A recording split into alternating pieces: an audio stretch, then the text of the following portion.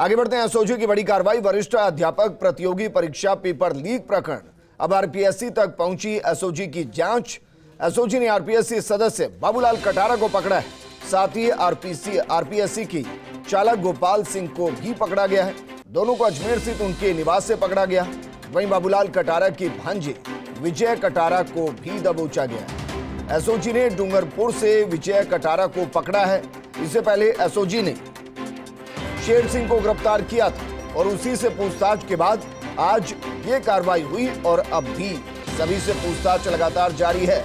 मुख्यमंत्री अशोक गहलोत ने कह दिया था जो भी इसमें शामिल होगा उसको बख्शा नहीं जाएगा, चाहे वो कितना ही बड़ा क्यों ना हो। और इसीलिए जब एसओजी को फ्री हैंड कार्रवाई करने का मौका मिला तो जरा देखिए, शायद ही कोई ऐसा सप्ताह जाता होगा जिसमें किसी ना किसी की गिरफ्तारी नहीं होती होगी। एक एक करके कड़ियों को जोड़ती हुई और उन कड़ियों को उस अंतिम छोर तक ले जाती हुई एसओजी, जहां से ये बड़ा स्कैम हुआ, पेपर लीक हुआ। क्योंकि मुख्य आयोजना अधिकारी डूंगरपुर और राजसमंद में सेवाएं दे चुके हैं बाबूलाल कटारा। डूंगरपुर जिले की भाटपुर ग्राम पंचायत के निवासी रह चुके हैं बाबूलाल कटारा। भोगीलाल पंड्या कॉलेज डूंगरपुर से भी कॉलेज शिक्षा उन्होंने पूरी की और जिला सांख्यिकी अधिकारी डूंगरपुर के रूप में उन्होंने सेवाएं दी हैं। अब जरा समझिए मामला क्या है। उदयपुर में बस में सवार अभ्यर्थी कर रहे थे पेपर सॉल्व और यहीं से खेल शुरू होता है। 46 अभ्यर्थियों को आयोग ने टीबार घोषित कर दिया था। वरिष्ठ अध्यापक भर्ती परीक्षा 2022 का पेपर लीक हुआ था और परीक्षा के ग्रुप सी का सामान्य ज्ञान का प्रश्न पत्र लीक हुआ था और उसी मामले के अंदर जांच शुरू हुई। आयोग के चेयरमैन संजय कुमार श्रोतिया ने पेपर निरस्त कर दिया था। उदयपुर में बस में सवार अभ्यर्थी इसको सोल्व कर रहे थे और उसके बाद एक एक करके उन सभी को पकड़ा गया जो इसके अंदर शामिल। और जब ये कड़ियां जुड़ती हुई शुरू हुई तो एक एक करके नाम सामने आने लगे। आपको ध्यान होगा, शेर सिंह को पकड़ा गया।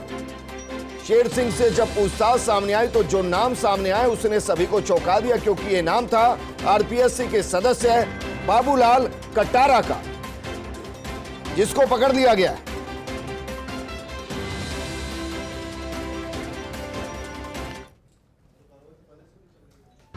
ये जो नौकरियों की लूट के बारे में हमने कहा था, रीट की चीट के बारे में कहा था, लुटते पिटते नौजवान के बारे में कहा था, रोज पेपर लीक होते बारे में कहा था, मुख्यमंत्री जी ने बड़ी सफाई दी थी। उन्होंने कहा गुजरात में भी पेपर लीक हुआ। मुख्यमंत्री जी, आज मैं आपसे पूछ रहा हूं, ये राजस्थान लोक सेवा आयोग, इससे बड़ी संवैधानिक संस्था कौन सी होगी? इस लोक सेवा आयोग में उन लोगों को भेजा जाता है जिनको सरकार उत्कर्ष समझती है।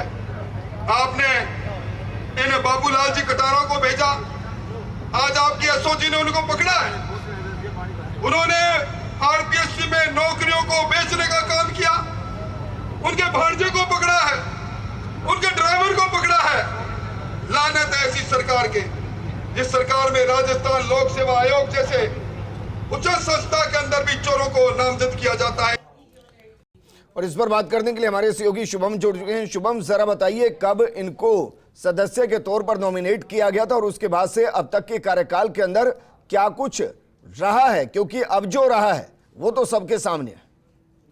जी विजेंद्र, मैं आपको बता दूं कि बाबूलाल कटारा की जब नियुक्ति सदस्य पद पर हुई थी, उसके बाद उन्होंने जब पदभार ग्रहण किया और पदभार ग्रहण करने के साथ ही लगातार आरपीएससी की जो लंबित परीक्षाएं थी वो लगातार आयोजित हो रही थी, क्योंकि कोरोना काल हो चुका था जिस कारण परीक्षा आयोजित नहीं हो पा रही थी।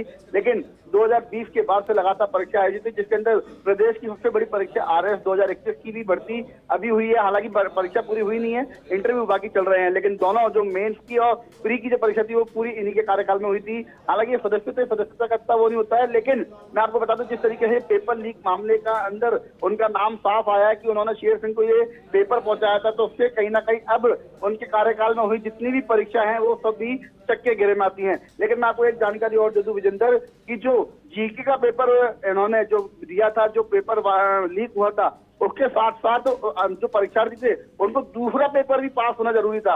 अगर एक परीक्षा के अंदर 2 परीक्षाएं हो रही हैं, दोनों परीक्षाओं को पास होना जरूरी था। तो जो अभ्यर्थी थे उनकी पूर्व में भी यही मांग थी कि जो